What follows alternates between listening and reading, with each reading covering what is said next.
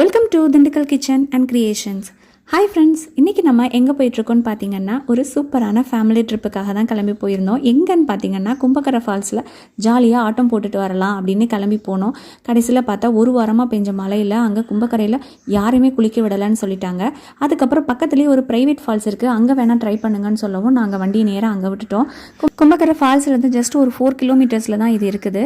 பார்க்குறதுக்கே ரொம்ப சூப்பராக இருந்தது. ஹில் ஸ்டேஷனுக்குள்ளே போகிற மாதிரி இருந்துச்சு.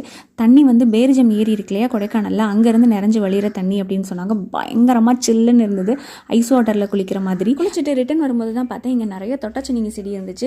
நான் சின்ன பிள்ளையெல்லாம் அணைப்பட்டிக்கு போகும்போது பார்த்துருக்கேன், 2 பக்கமும் நிறைய கிடக்கும். அதை தொட்டு தொட்டு விளையாண்டுட்டே இருப்போம். அதே மாதிரி நானும் சஞ்சுக்குட்டியும் தொட்டு தொட்டு விளையாண்டுட்டு அப்புறம் அங்கேருந்து கிளம்பிட்டோம்.